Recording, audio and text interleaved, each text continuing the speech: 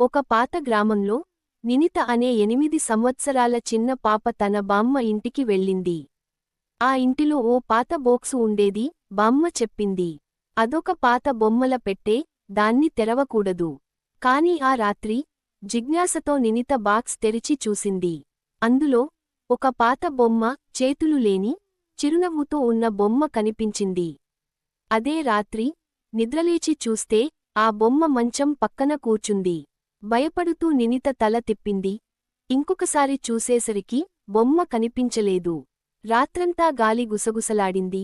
నిన్ను మర్చిపోలేను అన్న శబ్దం వినిపించింది. అమావాస్య రాత్రి అయిపోయింది. నిన్నటి నుండి ఆ బొమ్మ కనిపించట్లేదు.